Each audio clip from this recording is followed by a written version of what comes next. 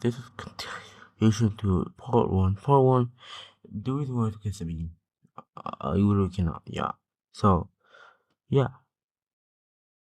Of sloth, a gigantic mammal that lived from the early Pliocene, some 5 million years ago, through the end of the Pleistocene era. And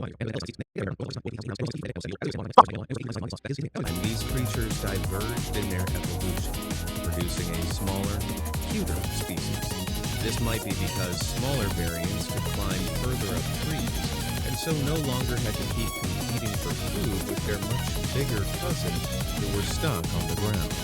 Eventually, the smaller species Humans lucked can out also, and were somehow I'm pretty sure spared humans also disease and into extinction, megatherium extinction. unlike Megatherium. It's a good job they were actually herbivorous too, Just because it's an herbivore doesn't mean it's dangerous. It can still be dangerous as hell. because its Why is it astronomical breaking down size trees? alone could have crushed anything in its way, specifically me. Thank God from hell. Cornwall will work to differ. Despite being on the smaller side, this stocky British arrested, or early mammal, was a predator from the late Permian period, around 254 million years ago. Anyone else think it looks like Satan decided to combine a dog, a lizard, and a saber? No, not to say what you thought you. Well, having lived 50 million years before the age of dinosaurs, Why is it on Metrodon? It would be with beef. It would be from Gorgonops. Gorgonops is like the great granddaddy of all terrifying land mammals. Although it was only I mean, this 6 thing feet in could be length dangerous, I and guess. stood around 2 feet tall at the shoulder, this animal was one of the key predators in southern Africa during this period, thanks to those large canines which were some 5 inches long and protruded almost below their jaws. They looked Don't incredibly survival. fierce. That's a science fiction show. Fiction. Not only did they make them Not a look document. scary, they used them to rip For through that since I was trivia, there's no way hides of their prey, Gorgonauts would and down thanks to their or height, be similar they size to could actually Scotosaurus. puncture their That's Inospensivia, not lives. Gorgonauts. Nice of them like it. Due to its semi-erect gait, it could travel at higher speeds than other animals at the time, meaning its chosen prey rarely ever stood a chance. Yes, they did. Career eventually met its end with the Permian Triassic extinction event, a disaster which also wiped out 90% of animal life. For a while there, though, Gorgonops really was a dog. Reaper. What's this with unearthed skeletons measuring in at 66 feet? The long-extinct ichthyosaur was the undisputed king of the seas during the Middle Triassic period, some 240 million years ago. Now, one of the biggest genus of ichthyosaur, the Thalato, Released before Ichiro was discovered, so I'll give him credit for that. Tharkon, had giant blade-like teeth measuring 4 inches long. These were dull-edged and razor-sharp, which is strange. Most fish-eating predators at the time had needle-like conical teeth evolved to pierce the slippery skin of octopus and fish scales. Why is These it on teeth were Colossus? designed to Oh no, what the hell is this? It's dang! It's is this in it? Generated? I have no idea. We just, bro, what slice the hell straight is this?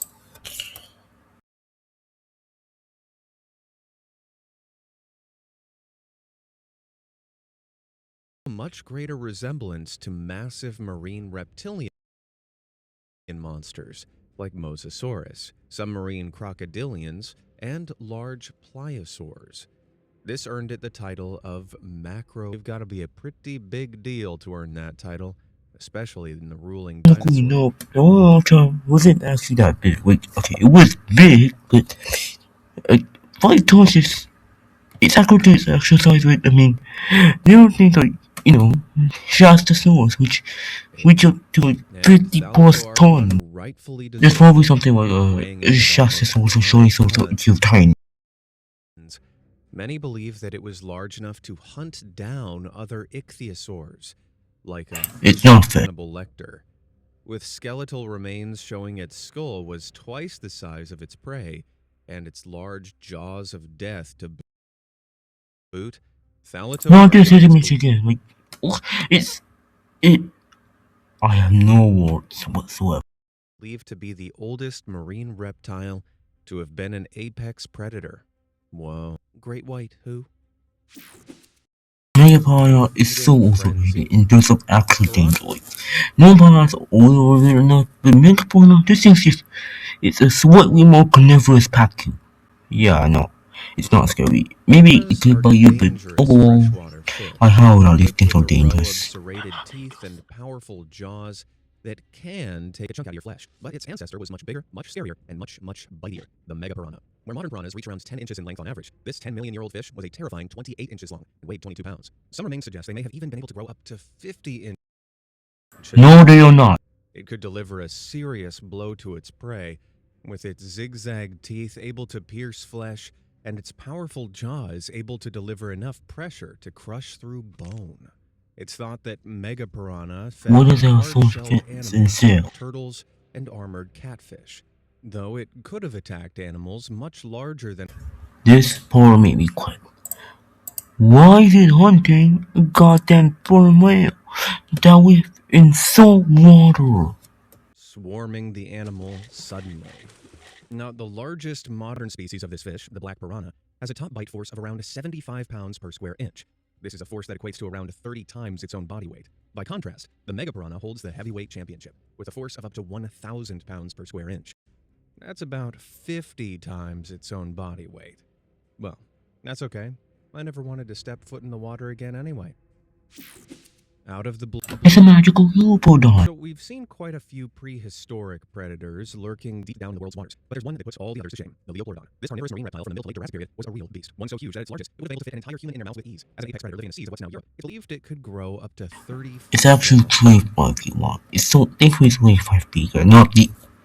It's really not 75 feet long thing from walking with dinosaurs. And could weigh That's possible as a millions of Stegosaurus, not Leopardon.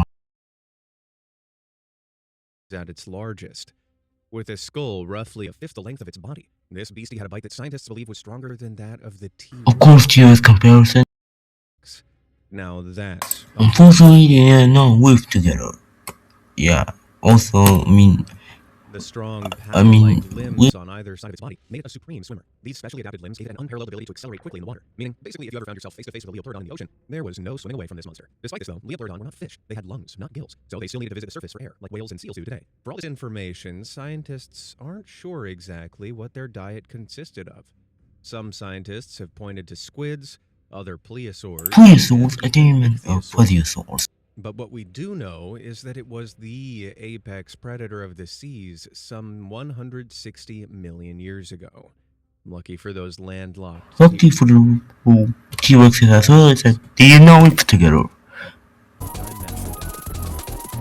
Sporting a giant sail-like protrusion on its back, the Jurassic Park recount, you may be thinking that this guy looks suspiciously like a Spinosaurus, but this ancient beast was a Dimetrodon, primitive side-by-side amendment.